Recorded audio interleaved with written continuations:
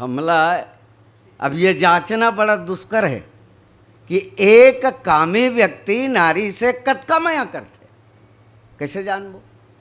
नहीं भाई, गोस्वामी तुलसीदास जी से पूछा गया कि महाराज एक विषयासक्त पुरुष या एक कामी व्यक्ति नारी से कितना प्रेम करता है, उतना प्रेम आप चाहते हैं तो नारी से कामी व्यक्ति कितना प्रेम करता है।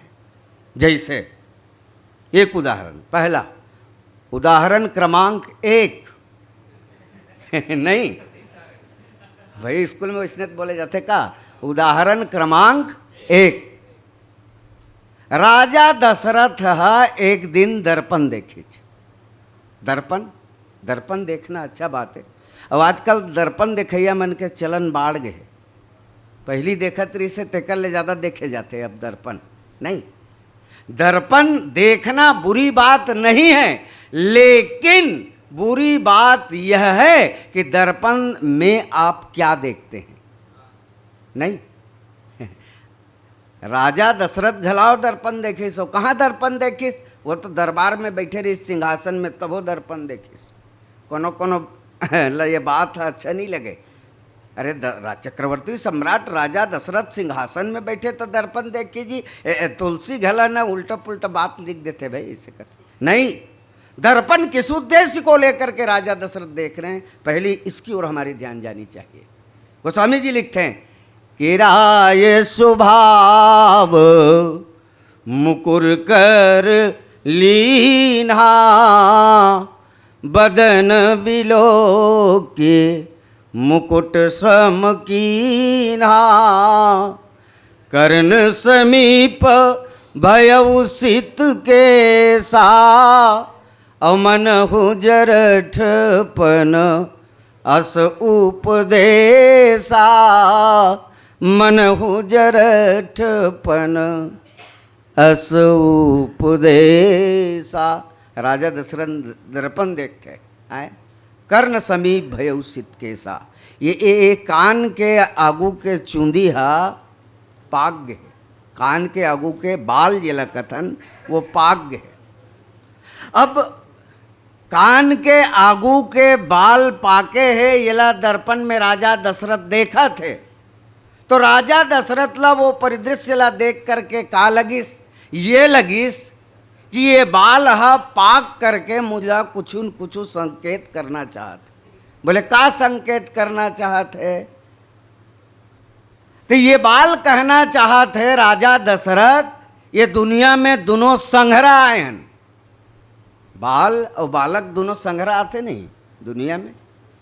तो बाल पक करके राजा दशरथ ला मानो ये कहना चाहते कि दशरथ ये दुनिया में दोनों संघरा आए हैं, और जब आए न तो मोला तो बाल कहाँ है? बाल गोपाल सब बढ़िया है ना, ऐसे किथे नहीं आजकल है। तलैकल बाल तो किथे का है नहीं, और चूंदी ल उहुल बाल कथे नहीं। तो जे दिन ये दुनिया में आए न ते दिन तहु बाल रहे और महू बाल रहे। संघरा आए हैं दोनों झनला बाल कहाँ लोगन। लेकिन मैं हाँ समय के साथ अपन आप में बदलाव कर डारे। मैं करियर रहे हूँ, पंडरा हो गया नहीं। दशरथ तुम अपने आप को समय के साथ कब बदलोगे? मानो ये संकेत राजा दशरथ ला ये बाल है पक करके देवत। अब आज हमूमन दर्पण देखथन तो का देखथन, अन्यथा नहीं लेंगे, लेकिन मैं जो सोचता हूँ उसे आपके बीच रख दूं। हो सकता है मेरी सोच गलत हो, नहीं मैं बने दिखत हूँ तो नहीं, एकर से ती देखथन नहीं भाई। दर्पण हमूमन देखथन, दशरथ ले ज़्यादा देखथन। कुरिया में दर्पण देख के परछिम निकलथन, परछिल गली में निकलना है फिर दर्पण देखथन। मतलब कहीं न कहीं हमारा सोच ये है कि जो हम कमरे में हैं घर के लोग वैसा हमें मत देखें, और जो घर में हैं वो बाहर के लोग मत देखें। मतलब अपने को हैं अलग और दिखाना अलग चाहते हैं, इसलिए हम लोग दर्पण देखते हैं। राजा दशरथ दर्पण एके बेर देखिज, अपन कमजोरी ला देखिज और कमजोरी ला दुरुस्त करे के संकल्प ले लीज। राजा दशरथ की ये चूंदी पाग्य है, निवृत्ति का परिचय देता है बाल पक करके। काबर अपन कन्हैया कुचिल उतार के अपन बड़े बेटल नहीं दे दो, नहीं। राजा दशरथ सोचने लगे कि देखा राम सबहि विधि लायक, राम में वो पात्रता भी है और मैं वृद्ध भी हो गया हूं, नहीं तो क्यों ना अपनी जिम्मेदारियों से मैं निजात पालूं, राम को अवध की गद्दी पर अभिषिक्त कर दूं, यह संकल्प आया। लेकिन इस संकल्प के बाद राजा दशरथ सांझकन कैकेयी के भवन में जाते हैं। देखिए यहां संकल्प आधारशिला रख रहे हैं राम राज्य की, और दूसरी ओर कैकेयी के महल में जाते हैं। कब जाते हैं? संध्या काल में। गोस्वामी तुलसीदास जी ने लिखा कि सांझ समय सानंद नृपो गयऊ कैकेयी गेह। संध्या बेरा कैकेयी के भवन में जाते हैं। अच्छा, कैकेयी के भवन में जाना कोई बुरी बात नहीं है, गलत बात नहीं है, लेकिन जाए के बाद राजा दशरथ कथे कि भामिनी भयउ तोर मन भावा, और घर घर आनंद बाज बधावा। ते जौन बात ला मोर घेरी बेरी मोर कर कहा तेन बात अब होवत नहीं, घर घर बाजा बजत है। फिर एक बात राजा दशरथ ला करके एक अलग दिशा में खड़ा कर देते। वो बात ये है कि जेकर घर में 4 बेटा 4 बहू मौजूद है, वो घर के सियनहा अपन सियनहीन कर जाते।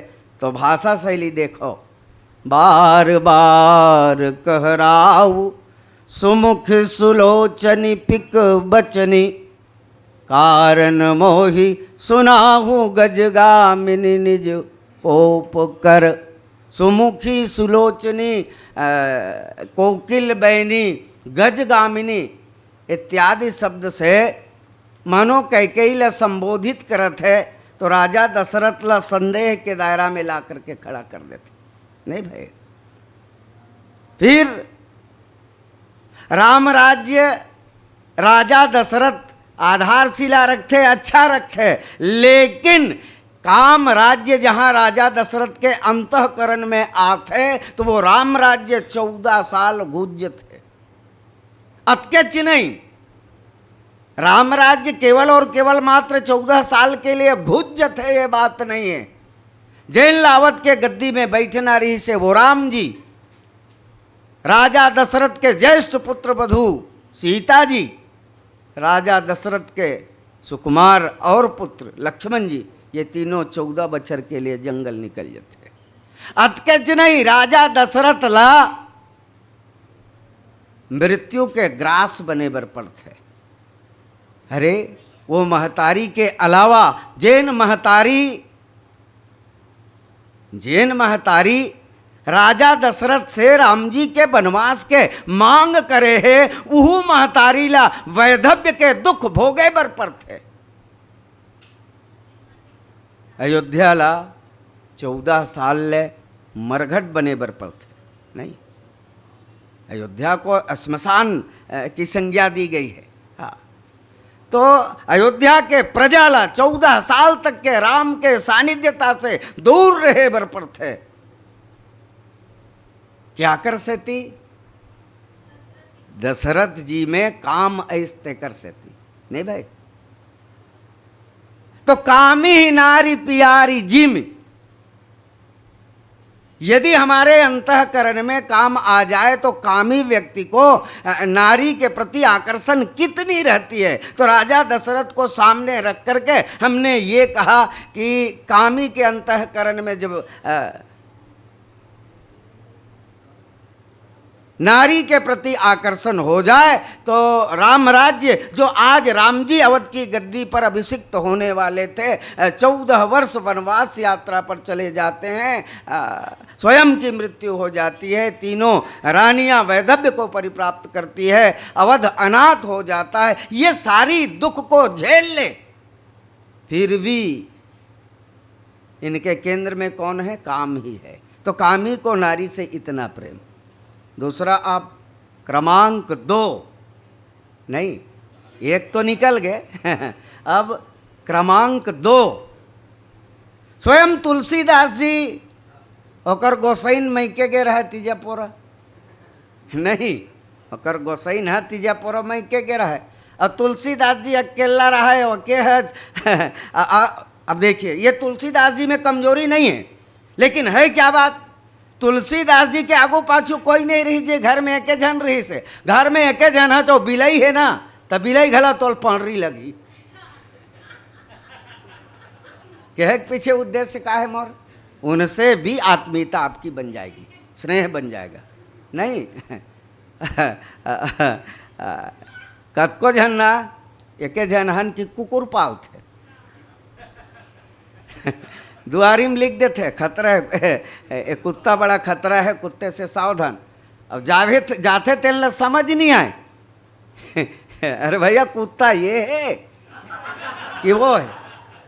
अब दुए जन तो है, कभू वो निकलते कभू ये निकलते नहीं तो कतेकर से सावधान रहना है, ये समझे नहीं आए। नहीं तो गोस्वामी तुलसीदास जी चूंकि बचपन से स्नेह के लिए तरसे थे, मैया के लिए तरसे रही से, जन्मलिस महतारी खत्म हो गए, दासी जेकर परिपालन करिस, बीच में ही बचपन में ही दासी भी उनका साथ छोड़ गए।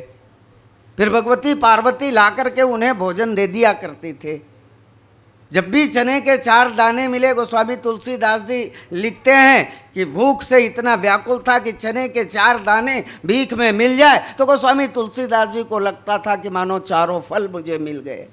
इतनी भाव, इतनी अकेलापन, उसमें पत्नी ही तो मिली जिनसे स्नेह पूर्वक अपनी दिनचर्या, अपनी व्यथा का समाधान पा सके, अपने कष्ट का भरपूर स्नेह उन पर लुटाया। वो भी चाहता था कि पूरा का पूरा स्नेह मुझ पर समर्पित कर दे पत्नी। पत्नी ससुराल गई, तुलसी फिर से अकेलापन झेलने लगा, तुलसी को बर्दाश्त नहीं हुआ, फिर मध्य रात्रि को चले गए। और कोनो कोनो तो कथें कि तुलसीदास जी मुर्दल पूरा आयर इस नदिया में तो डोंगा समझ के हम चढ़ के निकल गए। नहीं, बात कहाँ तक सही है मैं ये नहीं कह सकता, लेकिन विषयासक्त पुरुष मुर्दे को भी अपना सहायक समझता है जीवन का, मुर्दे को भी। फिर सर्प को रस्सी समझ करके ऊपर में चढ़ गया, पटौहा ऊपर रहा है तो यहाँ चढ़ गए, सर्पला डोरी समझ करके। और विषयासक्त पुरुष विषधर को या विष को भी वो उससे भी भयभीत नहीं होता और अपनी लक्ष्य को परिप्राप्ति के लिए आगे बढ़ जाता है। नहीं तो गोस्वामी तुलसीदास जी के जीवन में वो घटना घटित हो रही से तो भगवान से मैया कतका हो जाए तो बोले अतका हो जाए। जैसे एक कामी व्यक्तिला नारी से होते, फिर लोभी प्रिय जिमिदाम, लालची आदमी ला पैसा से कतका मया रहते, अतका मया भगवान से हो जाए। नहीं, लोभी प्रिय जिमी दाम, लोभी ला पैसा से कतका मया होते। पूज्यपाद राजेश्वरानंद जी सरस्वती बड़ा सुंदर बात लिखते हैं। माँ गाँव में इसने बैठक होत रहे, रामायण कहवाना है कि क्या, रामायण कहवाना है कि क्या, सब चंदा करत रहे। आसपास के गांव में थोड़ा थे, हमारे गांव में एको साल नहीं हो, ये साल करवा लेते नहीं से कि बड़ा खुशी से। जब पहली साल होते खूब चंदा मिलता है, रामायण वाले मन लग हला बने पैसा मिलते पहली साल, बाद में धीरे धीरे खीर जते तो कोनो 500 लिखवाइन, कोनो 400, कोनो 1000, कोनो 2000। एक जन के नाम दानी राम रहे, आगुम बैठे रहे मुड़िल गड़िया, कज्जी कज्जी दानी राम, और तहूँ लिखवान भैया, है नाम तो दानी राम है ओके अब गांव भर तो लिखवाते हैं, अब मैं एक जन नहीं लिखवाऊँ तो काज बिगड़ जी, का आयोजन रुक जाई, और होई तेन तो होई, लेन लिखवावत तो है गांव भर। नहीं गा, ये यज्ञ है और यज्ञ में आहुतियाँ सबकी ओर से पड़नी चाहिए। नहीं भाई, हरियाणा सु कहता हूँ लिखवा ले, चल लिख ले किस कतका लिखन, 1 रुपया लिख लेना किस, कोई बात नहीं, लिखेंगे किस। अब अभी दे देता और भाई 9 नगद तेरा उधार केस। ऐसे थैली में हाथ डारिस, थैली में ऐसे हाथ डारिस, तो थैली में हाथ डारते ना तो 2 किस्म के आदमी पैसा देवैया रहते। कैसे? एक आदमी ऐसे रहते जौन हाँ 10 रुपये का सामान ले दुकान में, 10 रुपये ये थैली में बोल पता है, लेकिन ये थैली में हाथ डारी और पूरा का बंडल रखे तेल दुकान वाले निकाल के दिखाई नहीं, वो दिखाना चाहता है 10 अलग से है, लेकिन ओकर बाद भी पूरा नोट ला निकाले, मैंने मैं ऐसने नहीं आया, मैं मोर हैसियत कत का है ये बताना चाहते। और दूसर वो किस्म के आदमी रहते जो उन थैली में हाथ तो डालते लेकिन भीतरी में हाथ ऐसे चलत रहते, वो बिल्कुल टमर के देखते, ये 50 के, ये 100 के, ये 500 के, 10 के कते ऐसे, और बिल्कुल कन्फर्म हो जाए ना तो वो ऐसे तीर के निकाल ही सूट ले ए लेके। तो दानी राम भीतरी में ऐसे हाथ ला डारिस और सिक्का मन ला रगरिस और रगड़ के देख लिस, बिल्कुल पक्का हो गए ये 1 रुपया आए के निकालिस और निकाल के एक ऐसे रखिस गिल्लट। अब गर्मी के दिन है जी, बहुत बेर हो गए, बेचारा थे भी पैसा अतेक दिन ले रही से मोर थैली में, ये बहुपरा जात है ऐसे कि के बहुपरा जात है, अब जाए बर जात है, अब देना तो है, फिर एक नज़र देख लाऊं ये पैसा ला अरे देखे च नहीं दे दे, अब जाही तहन कहाँ दिखी बेचारा, तो एक नज़र देख लाऊं ऐसे कि के ऐसे खोल के देखी। अब गर्मी के दिन गजब बेले धरे हज तो वो पसीना नहीं आगे जी, पसीना आगे तो दौड़त दौड़त गिर जकर कर चंदा लिखवा रहे टेकर कर भैया मैं लिखवाए बर तो लिखवा डाल रहे हूँ भैया, फिर वो काट ले कि मैं नहीं दे सकूँ। अरे 1 रुपया लिखवा रहे तौनोला मैं काट लाऊं, बोले काबर काबर काट बे तकिस भैया मैं दे बर तो दे रही हूँ जी, फिर ये थैली निकाले ये पैसा रोआ देख ले नहीं दे। तो लोभी को यद्यपि वो 1 रुपया दे रहा है लेकिन दाम से कितना लगाव है, द्रव्य से कितना लगाव है नहीं। लोभी प्रिय जी में दाम। पूज्यपाद गोस्वामी तुलसीदास जी कहते कि महाराज रामचरितमानस लिखने के पीछे मेरा उद्देश्य या लक्ष्य यही है कि राम जी से प्रेम हो जाए, कितना प्रेम हो जाए तो एक विषयासक्त पुरुष को नारी से जितना प्रेम होता है, एक लोभी व्यक्ति को द्रव्य से जितना प्रेम होता है, उतना ही प्रेम भगवान की चरणों में मेरी हो जाए। ये पूज्यपाद गोस्वामी तुलसीदास जी की तमन्ना रही है। आइए इन शब्दों के साथ मैं अपनी वाणी को विराम दूं। श्रद्धेय साहू जी भी आपके बीच बातें रखेंगे, पश्चात हम मानस के विद्वानों को और सुन सकेंगे। बोल दे रज रामचंद्र की।